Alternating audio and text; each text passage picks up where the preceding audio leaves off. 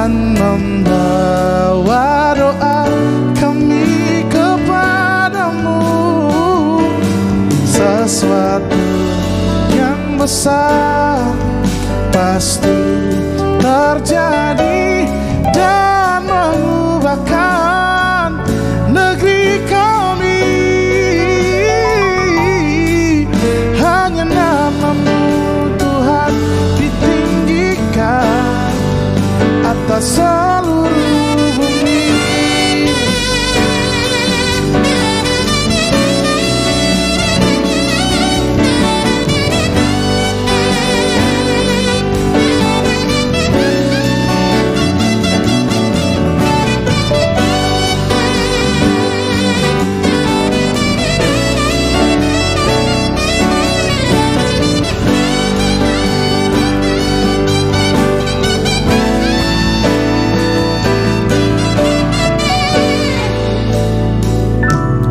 Bagi bangsa ini kami berdiri dan membawa doa kami kepadamu. Sesuatu yang besar pasti terjadi dan mengubahkan negeri kami. Hanya namamu Tuhan ditinggikan. Wow. Bagi bangsa ini kami berdiri dan membawa doa kami kepadamu. Sesuatu yang besar pasti terjadi dan mengubahkan negeri kami. Hanya namamu Tuhan ditinggikan.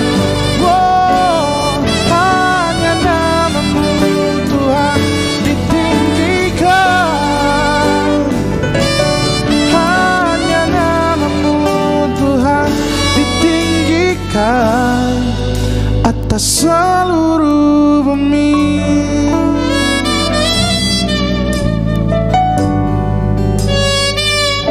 Oh.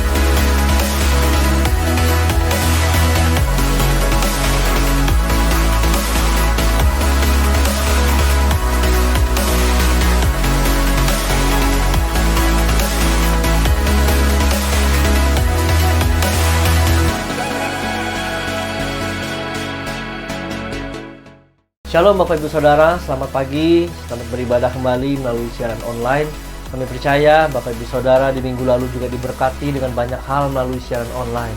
Pagi hari ini saya mengundang kembali Bapak Ibu Saudara. Saya mengingatkan kembali untuk pada saat menyaksikan siaran ini untuk tidak sedang berbaring, tapi ambillah posisi yang terbaik untuk kita sama-sama memuji nyembah Tuhan. Bahkan pada saat firman Tuhan nanti kami harapkan untuk sama-sama membuka Alkitab kita yang akan dilayani oleh hambanya Bapak Pendeta Junaidi Salat. Terima kasih.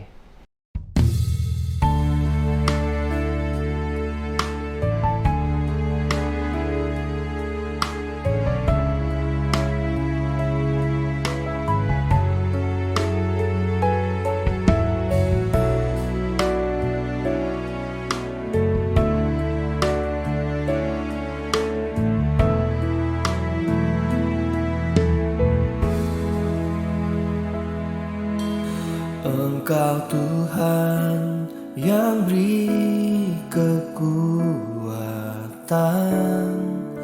saat badai menerpa hidupku. Di dalam-Mu aku tenang, sebab janji-Mu setia bagiku.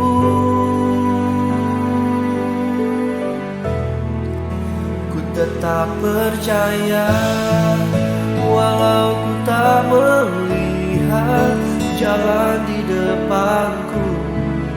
Tak pernah ku ragu, ku tetap menyembah apapun yang terjadi dalam hidupku. Tak pernah ku ragu, ku tetap percaya.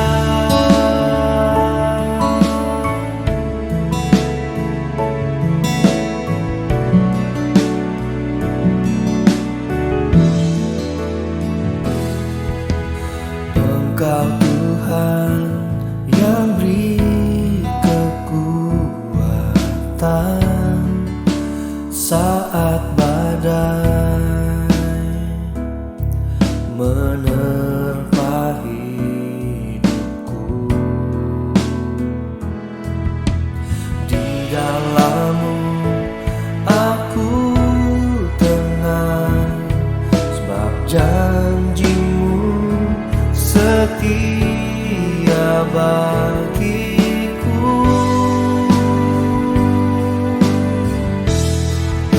Ku tetap percaya walau ku tak melihat jalan di depanku. Tak pernah ku ragu, ku tetap menyembah apapun yang terjadi di dalam hidupku. Tak pernah ku ragu, ku tetap percaya.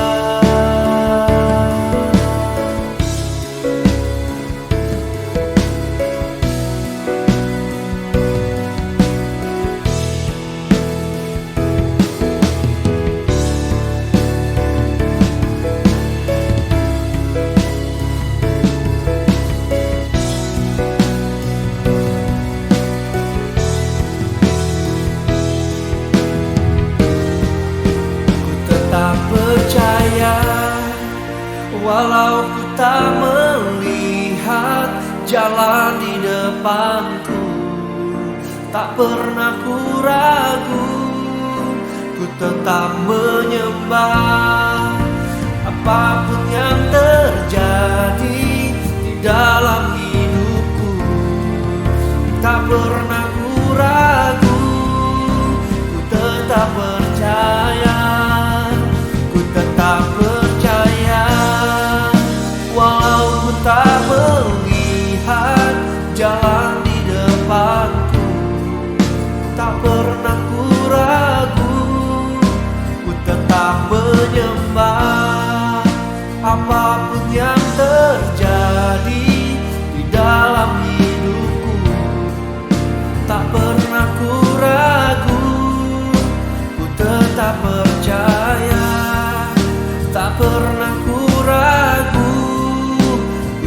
tetap percaya, tak pernah ku ragu. Ku tetap percaya.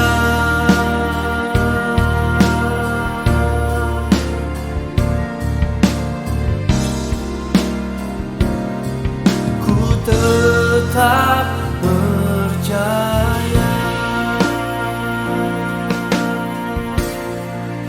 Mari Bapak Ibu Saudara, saya mengajak kita semua untuk bersama-sama berdoa syafaat. Bapa di surga, kami bersyukur pagi hari ini Tuhan Yesus, Engkau Allah yang baik, Allah yang luar biasa Tuhan. Kami percaya Tuhan, kami ada sampai hari ini karena kemurahan Tuhan. Terima kasih Tuhan, berkati persekutuan kami ini ya Bapa, mulai dari awal, pertengahan hingga berakhirnya ya Tuhan Yesus. Terima kasih Tuhan, kami mau bawa ya Tuhan Yesus gembala sidang kami Tuhan, PDP Thomas Chandra Susanto ya Tuhan Yesus. Engkau yang mengurapi hamba-Mu, Engkau yang memberkati hamba-Mu, Engkau yang memberikan kekuatan perlindungan yang sempurna atas hamba-Mu ya Tuhan. Engkau menjauhkan dari setiap sakit penyakit, Engkau menjauhkan dari setiap virus yang saat ini beredar ya Tuhan Yesus. Engkau memberkati hamba-Mu, Engkau menjaga melawat hamba-Mu dengan luar biasa Tuhan. Bapa, Engkau membuka pelayanan-pelayanan lebih lagi ya Tuhan atas hamba-Mu. Tuhan percayakan jiwa-jiwa lebih lagi atas hamba-Mu ya Tuhan Yesus. Terima kasih Tuhan, Kau pakai hamba-Mu ini ya Tuhan Yesus.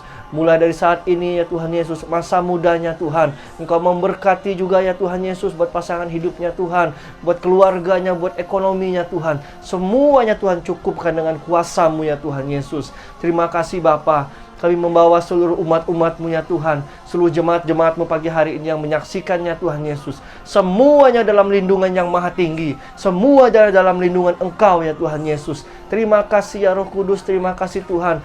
Engkau yang menjawab setiap pergumulan mereka ya Tuhan. Engkau yang mengerti setiap pergumulan, setiap doa demi doa yang mereka panjatkan di hadapan-Mu ya Tuhan Yesus.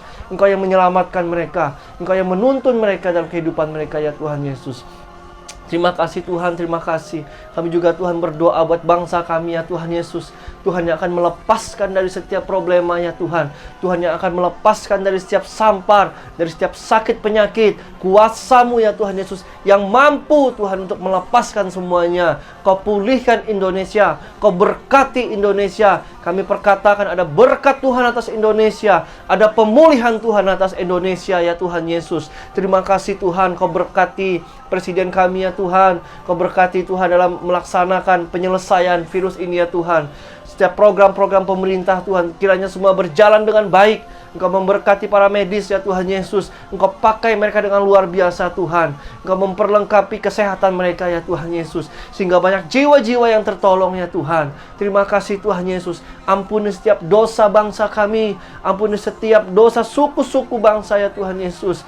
Indonesia khususnya ya Tuhan Yesus. Terima kasih Bapa. Kami rindu melihat pemulihan atas Indonesia, kekuatan baru, hal yang baru terjadi atas Indonesia ya Tuhan Yesus. Terima kasih ya Tuhan Yesus. Kau berkati Israel Tuhan, umat pilihan-Mu ya Tuhan, bangsa pilihan-Mu ya Tuhan Yesus. Kiranya Israel terus dijaga oleh Tuhan. Israel terus ya Tuhan Yesus dilengkapi oleh Tuhan. Proteksi-Mu atas Israel berlimpah ya Tuhan Yesus. Terima kasih ya Tuhan Yesus. Terima kasih Engkau memberkati pemimpin kami Tuhan, gubernur ya Tuhan Yesus, semua jajaran sampai jajaran yang terendah Tuhan. Berkati mereka dalam pekerjaannya ya Tuhan Yesus, dalam mereka menjalankan misi amanat yang sudah ditimpakan atas mereka ya Tuhan, yang mereka bawa kepercayaan dari rakyat Tuhan. Kau berikan hikmat ya Tuhan Yesus, kebijaksanaan ya Tuhan, di dalam nama Yesus ya Tuhan Yesus. Terima kasih Tuhan, terima kasih buat hari ini. Berkatilah setiap kami semua Tuhan. Kami naikkan siap pokok-pokok doa ini di hadapan Tuhan. Tuhan yang menyertai, memberkati, Tuhan yang akan menjawab. Di dalam nama Yesus. Haleluya, sama-sama katakan amin. Mari kita baca Mazmur 91 ayat yang pertama sampai yang ke-16. Dalam lindungan Allah, orang yang duduk dalam lindungan yang maha tinggi dan bermalam dalam naungan yang maha kuasa akan berkata kepada Tuhan, tempat perlindunganku dan kubu pertahananku, Allahku yang kupercayai. Sungguh Dialah yang akan melepaskan engkau dari jerat penangkap burung, dari penyakit sampar yang busuk. Dengan kepaknya Ia akan menudungi engkau, di bawah sayapnya engkau akan berlindung. Kesetiaannya ialah perisai dan pagar tembok. Engkau tak usah takut terhadap kedahsyatan malam, terhadap panah yang terbang di waktu siang, terhadap penyakit sampar yang berjalan di dalam gelap, terhadap penyakit menular yang mengamuk di waktu petang. Walau 1000 orang rebah di sisimu dan 10.000 di sebelah kananmu, tetapi itu tidak akan menimpamu. Engkau hanya menontonnya dengan matamu sendiri dan melihat pembalasan terhadap orang-orang fasik. Sebab Tuhan ialah tempat perlindunganmu, yang maha tinggi telah kau buat menjadi tempat perteduhanmu. Malapetaka tidak akan menimpa kamu, dan tulah tidak akan mendekat kepada kemahmu. Sebab malaikat-malaikatnya akan diperintahkannya kepadamu untuk menjaga engkau di segala jalanmu. Mereka akan menatang engkau di atas tangannya, supaya kakimu jangan terantuk kepada batu. Singa dan ular tedung akan kau langkahi. Engkau akan menginjak anak singa dan ular naga. Sungguh hatinya melekat kepadaku, maka aku akan meluputkannya. Aku akan membentenginya, sebab ia mengenal namaku. Bila ia berseru kepadaku, aku akan menjawab. Aku akan menyertai dia dalam kesesakan. Aku akan meluputkannya dan memuliakannya. Dengan panjang umur akan kukenyangkan dia, dan akan kuperlihatkan kepadanya keselamatan daripadaku. Beri kemuliaan bagi nama Tuhan. Haleluya. Saudara, pengkhotbah kita kali ini adalah seorang penyanyi, adalah seorang pemain film, seorang artis. Nah, saya mau mengajak kita semua untuk mendengarkan lagu puji-pujian yang beliau ciptakan, yang dari zaman dahulu melegendaris sampai hari ini mengeluarkan album baru. Kita akan saksikan sambil kita memuji Tuhan bersama-sama karena ada liriknya. Yuk kita sama nyanyi Betawi yuk.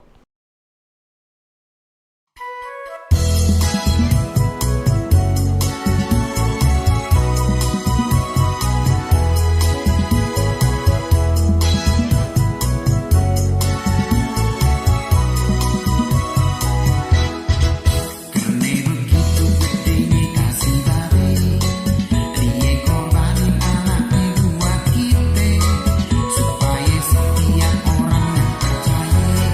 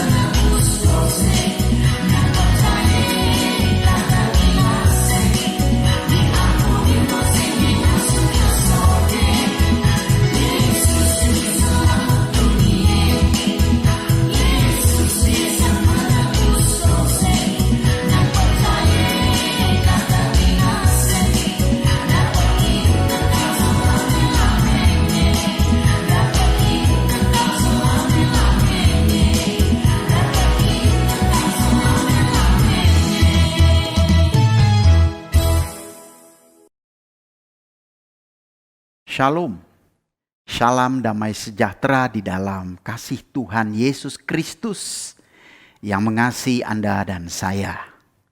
Hari ini kita akan merenungkan firman Tuhan yang saya ambilkan dari surat Timotius yang kedua, yaitu pasal pertama ayat yang ke-7.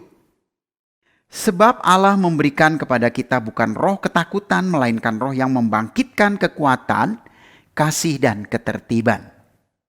Saudara, ini adalah bagian firman Tuhan dari surat Paulus kepada anak rohaninya yang bernama Timotius.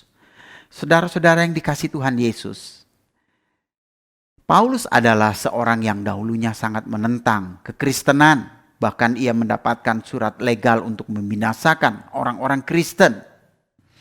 Tetapi dalam sebuah perjalanannya ke Damsyik, ia berjumpa dengan Yesus secara pribadi. Dan Yesus berkata, Paulus, mengapa engkau menganiaya aku? Orang yang menyertai Paulus pada waktu itu semua mendengar pernyataan itu. Namun mereka tidak melihat wujudnya. Padahal Paulus tidak pernah menganiaya Yesus. Yang dia aniaya adalah umat Tuhan Yesus. Tetapi kenapa Yesus berkata, mengapa engkau menganiaya aku? Karena bagi Tuhan, ya, setiap kita yang adalah umat Tuhan, dan jika kita mengalami aniaya, itu sama dengan menganiaya Tuhan Yesus. Begitu hebatnya dia membela umatnya yang percaya, saudaraku. Nah, saudaraku, singkat kata, sejak saat itu Paulus menerima Yesus, mengenal Yesus dalam peristiwa-peristiwa yang dia alami. Ketika dia berjumpa dengan Yesus dalam perjalanan ke Damsyik, sejak itu dia buta. Lalu kebutaannya disembuhkan oleh Ananias, salah satu murid Yesus, lewat penumpangan tangan. Dan sejak saat itu dia menerima Yesus dan dia belajar kekristenan. Saudara, banyak peristiwa dia alami. Sebagai seseorang yang sangat dibanggakan oleh orang Yahudi pada saat itu, dia berbalik menjadi orang Kristen. Padahal dia diutus untuk menganiaya orang Kristen. Tetapi sejak itu dia mencintai orang Kristen dan dia menjadi Kristen dan dia membela kekristenan. Bahkan dia memberitakan Injil Kerajaan Allah dari satu tempat ke tempat yang lain dengan sangat berani. Itulah Paulus. Nah, siapakah Paulus ini? Kalau kita membaca di dalam 1 Korintus pasal 4 ayat 15 dan 16, dia berkata begini. Sekalipun kamu mempunyai beribu-ribu pendidik, tetapi kamu tidak mempunyai banyak bapa. Sebab akulah bapamu di dalam Kristus Yesus. Karena itu, aku nasihatkan kamu, ikutlah teladanku. Saudara, Paulus begitu berani berkata, untuk setiap kita yang percaya menerima dia, untuk meneladani hidupnya, bagaimana dia hidup. Saudara yang dikasihi Tuhan Yesus, Paulus adalah seorang yang sangat berani. Dan ia diutus oleh Tuhan Yesus untuk melayani bangsa-bangsa di luar Yahudi. Ya, saudara bisa baca di dalam Roma 15 ayat 16, Roma 11 ayat 13 dan lain sebagainya. Di dalam Galatia pun dia seringkali berkata bahwa aku adalah rasul atau orang yang diutus oleh Tuhan Yesus untuk melayani orang-orang yang berasal dari luar Yahudi. Karena itu dari 13 surat yang dia kirimkan itu semua untuk orang-orang di luar Yahudi, saudaraku. Seperti jemaat Efesus, Filipi, Galatia, itu semua orang-orang di luar Yahudi yang dia layani untuk percaya kepada Yesus. Ini orang luar biasa, saudara. Bahkan dia berkata, aku tidak pernah memberitakan Injil kepada orang yang sudah mendengar Injil. Berarti dia seringkali memberitakan Injil kepada orang-orang yang di luar Yesus. Wow. Itu sebabnya Paulus ini adalah seorang rasul yang kerap kali masuk penjara. ya, berulang-ulang masuk penjara karena dia memberitakan Injil. Dan orang seringkali salah menangkap. Ketika kita memberitakan Injil, orang berkata kristenisasi. Padahal kami orang Kristen tidak pernah mengkristenkan orang. Karena proyek kami bukan proyek kristenisasi. Proyek kami adalah proyek selamatisasi. Sebab Yesus satu-satunya juru selamat. Jikalau saudara tidak punya juru selamat, siapa yang akan menyelamatkan saudara? Karena itu terimalah Yesus sebagai juru selamat. Kalau masalah agama, ya agama itu semua mengajarkan hal yang baik. Karena arti kata agama itu artinya tidak agama kacau. Jadi lewat agama hidup manusia diatur supaya hidupnya tidak kacau. Memiliki kaidah kehidupan yang baik, etika moral yang baik. Tidak kacau, saudaraku. Tapi kalau ada orang mengaku beragama tapi hidupnya mengacaukan situasi, wow, saya tidak tahu orang ini disebut apa namanya, saudaraku. Oleh sebab itu, saudaraku yang dikasih Tuhan, kekristenan itu bukan berasal dari manusia, tapi dari Allah sendiri yang bertindak. Ia datang ke dunia untuk mencari orang berdosa.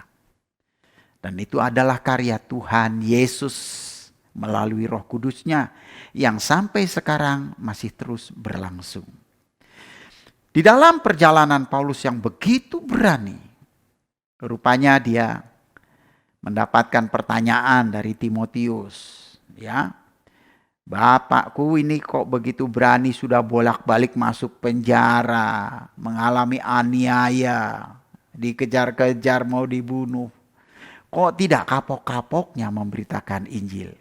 Kok berani banget gitu loh. Kok berani sekali. Nah Paulus tidak berkata, memang aku dari sananya jagoan, preman, orang yang berani. Tidak berkata seperti itu. Dia berkata apa? Sebab Allah yang aku sembah sekarang, itu Allah yang mengaruniakan, memberikan kepadaku bukan roh ketakutan, tapi roh yang membangkitkan. Saudara, inilah karya Allah.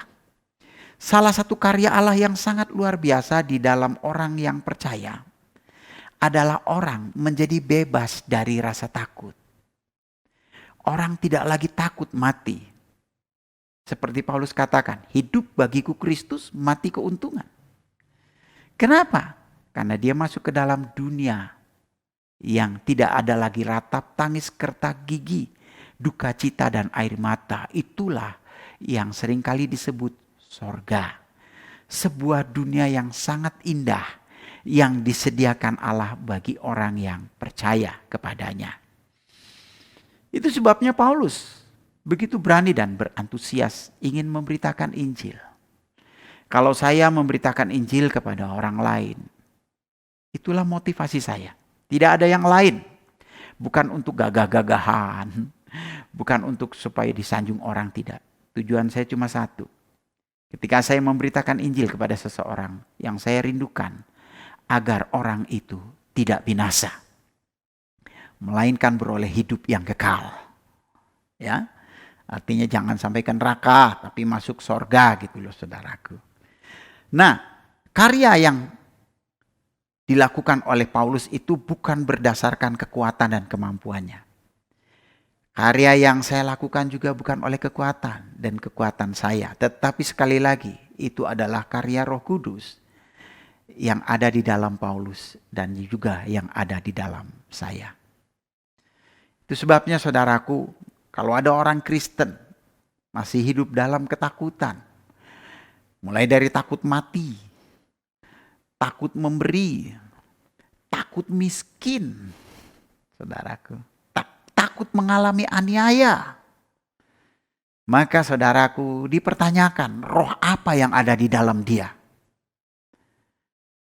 Sebab yang memungkinkan orang bebas dari rasa takut, mulai dari takut mati, takut memberi, takut bersaksi, dan takut-takut yang lain, itu hanya adalah karya Roh Kudus. Rasa takut itu akan lenyap kalau ada Roh Kudus dalam kita, saudara. Tapi kalau orang masih hidup dalam ketakutan, itu menjadi pertanyaan.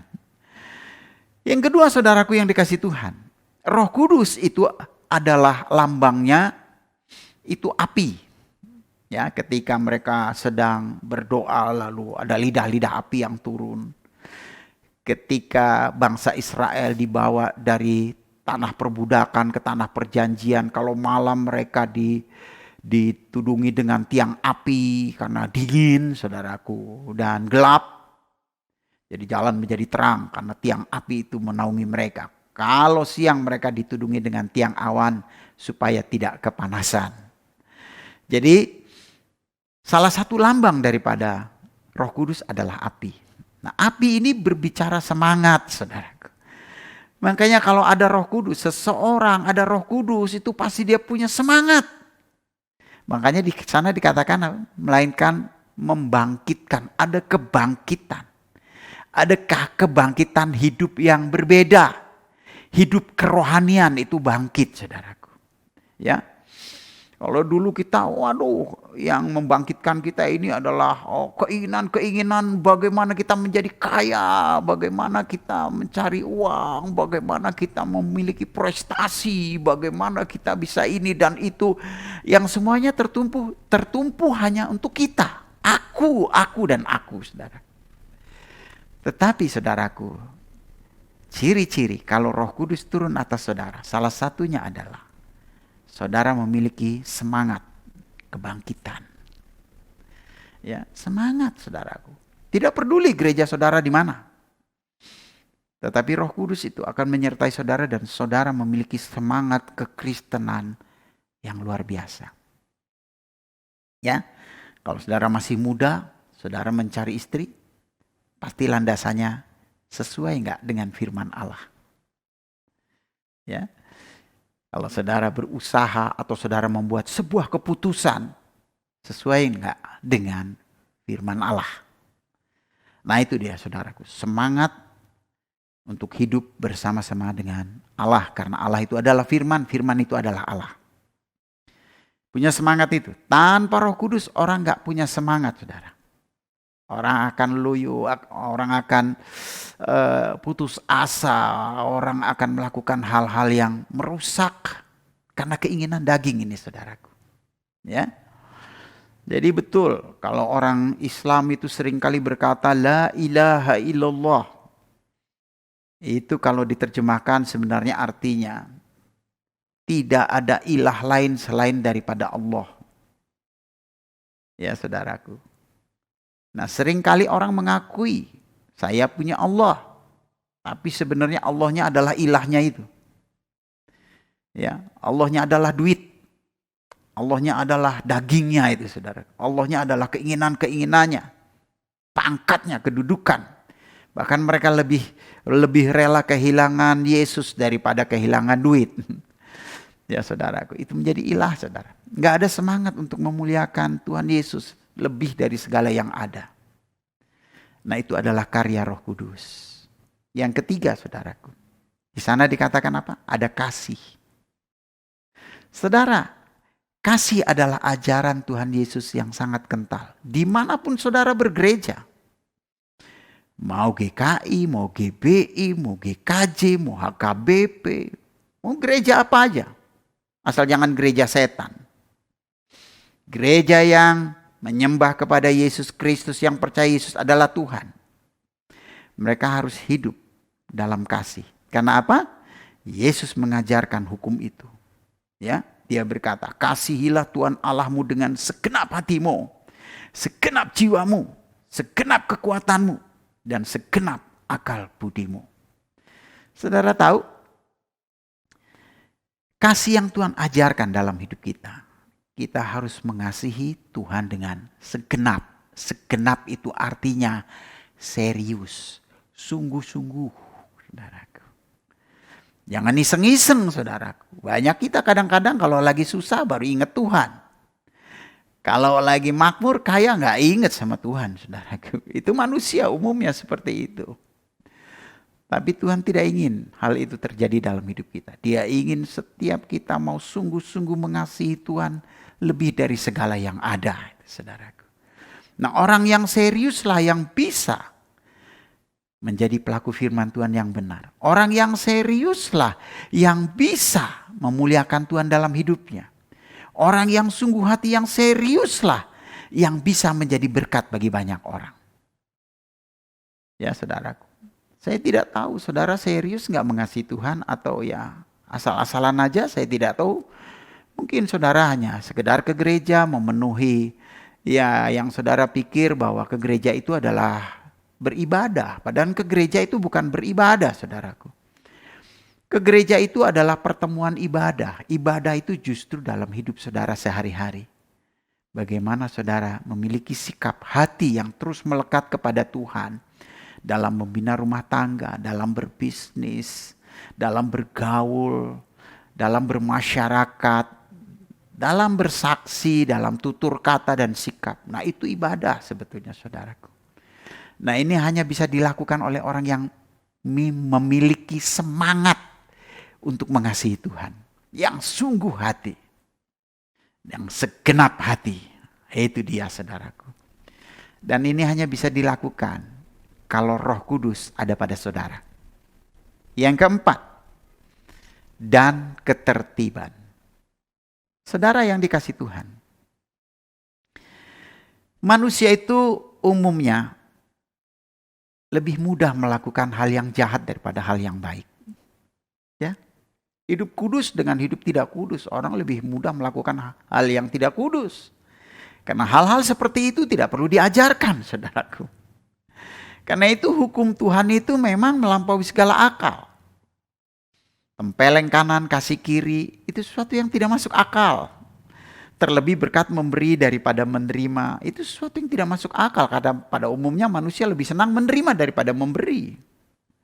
Saudaraku, ini bukan hal yang mudah. Tetapi bagi Tuhan tidak ada yang mustahil. Syaratnya cuma satu, ada Roh Kudus nggak di dalam saudara?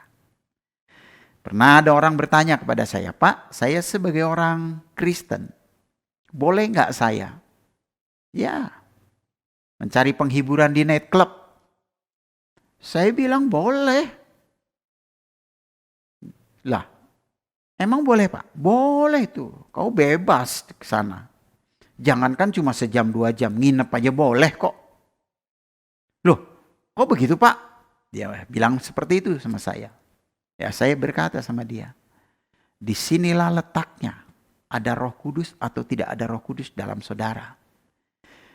Kalau di dalam saudara ada Roh Kudus berkarya, saudara bisa tahan 1 jam di night club. Itu hebat. Karena kalau ada Roh Kudus, saudara pasti tidak ada keinginan untuk ke night club. Tidak ada keinginan untuk hidup jahat dan menjahati orang. Tidak ada keinginan untuk tidak tertib hidupnya. Itu sebabnya di dalam kekristenan kita mengenal yang namanya anugerah. Anugerah itu bukan sekedar untuk selamat masuk sorga. Tetapi ketika saudara dan saya menerima Yesus, ada anugerah Allah yang besar. Yang menertibkan hidup saudara. Sehingga saudara bukan saja tidak suka dengan dosa. Tapi saudara menjadi orang yang benci dosa. Nah saudaraku yang dikasih Tuhan. Inilah karya Allah yang ada di dalam Paulus. Di mana dia berkata, ikutlah teladanku. Paulus tidak berkata begini. Sebab Allah memberikan kepadaku. Artinya khusus dia, tidak. Allah memberikan kepada kita. Artinya Paulus berkata, seharusnya kau Timotius sama seperti aku. Karena ini bukan kuat gagahku, tetapi ini adalah karya Allah di dalamku. Melalui Rohnya yang kudus. Oleh sebab itu saudaraku yang dikasih Tuhan. Mari kalau saudara ingin menjadi orang yang berkenan di hadapan Allah. Semua bukan datang dari kita. Dari Dialah adanya. Cukup saudara terima Yesus. Undang dia masuk ke dalam hati saudara, menguasai roh, tubuh, jiwa saudara, hati dan pikiran saudara, dan rasakan kehadirannya di dalam saudara setiap hari. Dan rasakan tuntunan Roh Kudus dalam hidup saudara. Karena Roh Kudus itu adalah karya Allah yang ketiga. Allah yang esa itu berkarya dalam 3 karya. mencipta, berfirman, dan memberi bimbingan. Atau kalau dalam bahasa Islam, memberi taufik hidayah. Saudara, tanpa Roh Kudus nggak ada hidayah dalam saudara. Tanpa Roh Kudus hidup saudara tidak akan tertib. Oleh sebab itu saudaraku, lewat firman Tuhan ini, mari kita sadari. Sungguh kita ini semua tidak ada apa-apanya. Kecenderungan untuk berbuat dosa begitu besar dalam hidup kita. Tapi Allah di dalam nama Yesus mau datang ke dunia untuk membangkitkan kita. Untuk supaya kita hidup di dalam kasih-Nya. Ya saudaraku. Dan kita bebas dari rasa takut serta hidup kita ditertibkan. Sehingga dengan ketertiban yang Tuhan berikan dalam hidup kita membuat kita bisa jadi garam dan terang dunia. Orang melihat Yesus hidup di dalam kita. Haleluya. Tuhan Yesus memberkati. Amin. Shalom Bapak Ibu Saudara, kami percaya Bapak Ibu Saudara semua diberkati melalui firman Tuhan, melalui puji-pujian yang pada hari ini. Menara doa pelayan Tuhan dan jemaat diadakan pada setiap hari Rabu melalui aplikasi Zoom. Bagi Bapak Ibu Saudara yang belum mendownload aplikasinya, silahkan download untuk kita berdoa bersama-sama. Kita lakukan menara doa bersama-sama dengan mengklik link yang ada di bawah ini. Kita akan join bersama-sama dengan seluruh jemaat GBI Fathers Love yang ada di Pontianak, yang ada di Jakarta, dan yang ada di Gading Serpong. Komsel kita tetap adakan melalui streaming Zoom, ya, dengan link yang sama di bawah ini. Bapak Ibu Saudara, kita bisa mengikuti komsel dan doa bersama-sama. Kiranya di akhir-akhir zaman ini kita tidak menjauhi persekutuan-persekutuan. Apapun yang memisahkan kita, kita tetap bisa bersekutu dengan Tuhan. Katakan amin. Ibadah online service minggu depan, 5 April 2020, akan dilayani oleh hambanya, Pastor Daniel Raj dari Malaysia, yang akan membagikan firman-Nya dengan luar biasa buat kita semua. Mari undang rekan-rekan, teman-teman, dan sharekan link ini kepada saudara-saudara, kepada keluarga, kepada teman-teman, agar mereka tetap dapat beribadah di hari Minggu. Terima kasih, Tuhan Yesus memberkati.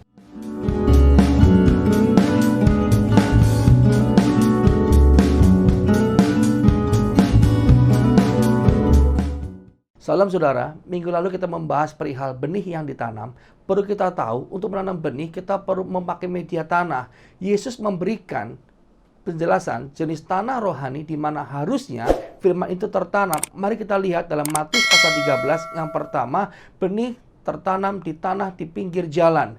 Matius pasal 13 dikatakan bahwa waktu ia menabur, sebagian benih itu jatuh di pinggir jalan, lalu datanglah burung dan memakannya sampai habis. Artinya, setiap orang mendengar firman Tuhan tetapi tidak mengertinya, datanglah si jahat dan merampasnya yang ditaburkan di dalam hati orang itu. Yang kedua, tanah berbatu. Di dalam Matius pasal 13 ayat yang kelima, artinya benih yang ditabur di tanah berbatu-batu ialah orang yang mendengar firman itu dan segera menerima dengan sukacita. Tetapi ia tidak berakar dan tahan sebentar saja apabila datang penindasan atau penganiayaan atau proses Tuhan karena firman itu, orang itu pun segera murtad. Kita tidak akan bertumbuh kalau hati kita keras seperti batu. Yang ketiga, semak duri. Di ayat yang ke-7 dikatakan bahwa sebagian lagi jatuh di tengah semak duri, lalu makin besarlah semak itu dan menghimpitnya sampai mati. Artinya, orang yang mendengar firman itu, lalu kekhawatiran dunia ini dan tipu daya kekayaan menghimpit firman itu, sehingga tidak berbuah. Dan yang keempat, tanah yang baik. Matius 13 ayat 8 dikatakan sebagian jatuh di tanah yang baik lalu berbuah, ada 100 kali lipat, ada 60 kali lipat, dan ada yang 30 kali lipat. Artinya yang ditaburkan di tanah yang baik ialah orang yang mendengar firman itu dan mengerti, dan karena itu ia berbuah, ada yang sampai 100 kali lipat, ada yang 60 kali lipat, dan ada yang 30 kali lipat. Saudara, setelah benih itu tertanam, langkah selanjutnya adalah bertumbuh berakar. Ingatlah, pohon apapun pasti tumbuh berakar dulu, itulah siklus pasti apapun pohonnya. Demikian kehidupan kita dan iman saudara. Dalam Yohanes 12 ayat 24 dikatakan, benih gandum itu harus mati, karena jika tidak mati, maka tidak akan menghasilkan banyak buah, saudara. Pohon apapun tidak bisa bertahan tanpa akar. Angin bertiup, pohon melambai-lambai ke sana kemari, tetapi tetap bisa bertahan karena ditopang oleh akarnya. Mari kita lihat fungsi akar. Yang pertama adalah meresap sari makanan di dalam tanah. Yang kedua, membuat batang pohon itu kuat dan kokoh, tidak mudah terombang-ambing. Semakin dalam akarnya, semakin kokoh ke atas. Kristen yang tidak berakar, cirinya adalah layu sebelum berkembang. Karena apa, saudara? Tidak berakar. Tetapi murid yang ditanam dan berakar akan selalu segar di apapun musim kehidupannya. Mengapa tidak berakar? Karena ada batu di bawahnya. Yesus sanggup mengubah hidup kita. Saudara perhatikan bahwa akar adalah bagian tanaman yang ada di dalam tanah, tidak selalu kelihatan, tetapi fungsinya sangat vital. Akar harus tetap tertanam di dalam tanah tanpa berpindah-pindah. Hendaklah kita semua berakar di dalam Dia, dibangun di atasnya, dan bertambah teguh. Yang tidak berakar di dalam gereja nyanyinya mantap, saudara, tapi di luar gereja lemas terkapar. Jadi definisi fungsi akar yang dimaksud adalah yang pertama, bahwa seperti fungsinya akar itu, akar menyerap sari makanan di dalam tanah, yang berarti kita dapat definisikan mempunyai kesukaan, yaitu membaca dan mencintai firman Tuhan. Seperti betapa Daud sangat haus dan mencintai firman Tuhan, dikatakan dalam Mazmur 119 ayat 159 dikatakan, lihatlah betapa aku mencintai titah-titahmu ya Tuhan, hiduplah aku sesuai dengan kasih setiamu. Jadi jelas saat saudara tidak mencintai firman Tuhan, mana mungkin kita bisa hidup sesuai dengan firman Tuhan. Kedua, fungsi akar itu menopang pohon. Artinya kita akan berdiri kuat dan kokoh. Sebagaimana Daud berakar kuat di dalam firman Tuhan. Sekalipun masalah silih berganti menghimpit kehidupan Daud. Tapi penting untuk kita ketahui bahwa Daud sangat mencintai firman Tuhan. Tidak luntur sedikit pun. Bahkan cinta Daud dan emosional Daud kepada Tuhan sangat tinggi. Meskipun ada masalah dengan Saul, bahkan kehidupan persoalan keluarganya.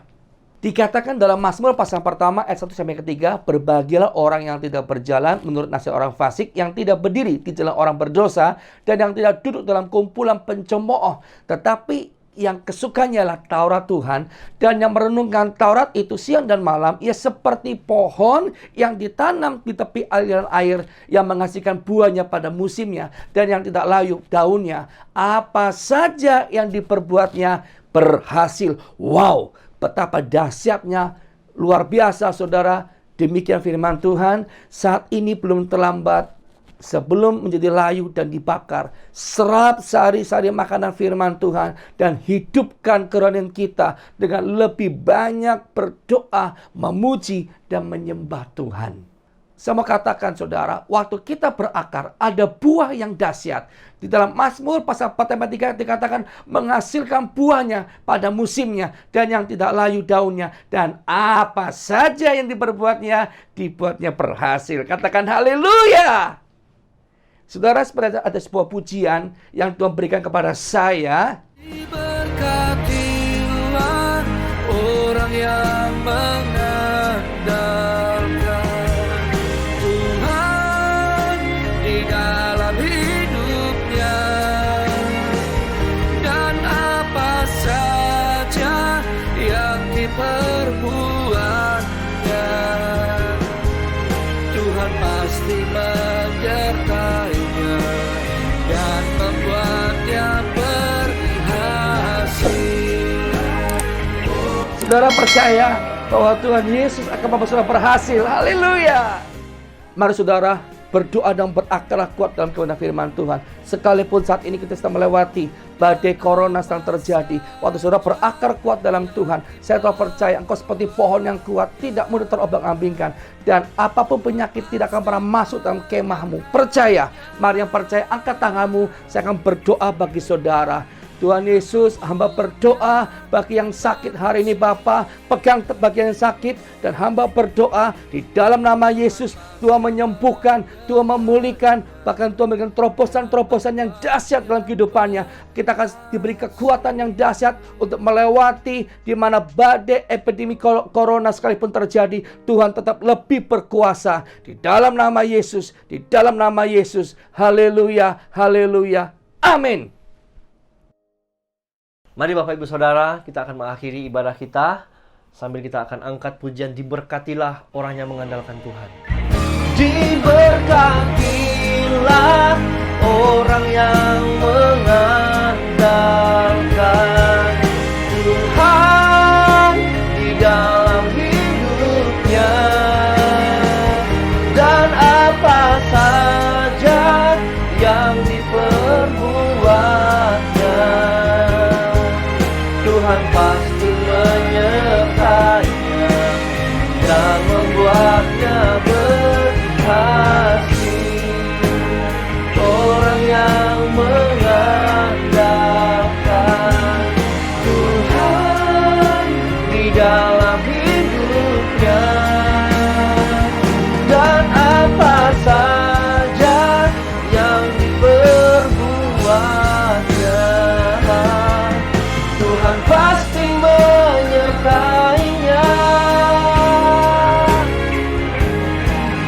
dan membuatnya akan berhasil. Tuhan pasti menyertainya dan membuatnya berhasil. Jemaat yang Tuhan kasih, pulanglah. Terimalah berkat daripada Allah Bapa, cinta kasih melalui Tuhan kita Yesus Kristus, serta persekutuan melalui kuasa Roh Kudus yang senantiasa menyertai dan memberkati kita mulai saat ini sampai Maranatha, Kristus Yesus datang untuk kali yang kedua. Hanya di dalam nama Yesus, hanya di dalam nama Yesus kami akhiri ibadah ini. Haleluya. Terima kasih Yesusku, terima kasih Yesusku. Puji syukur hanya bagi Tuhanku. Terima kasih Yesusku, terima kasih Yesusku. Puji syukur hanya bagi Tuhanku. Puji syukur hanya bagi Tuhanku. Oh Yesus, puji syukur hanya bagi Tuhan.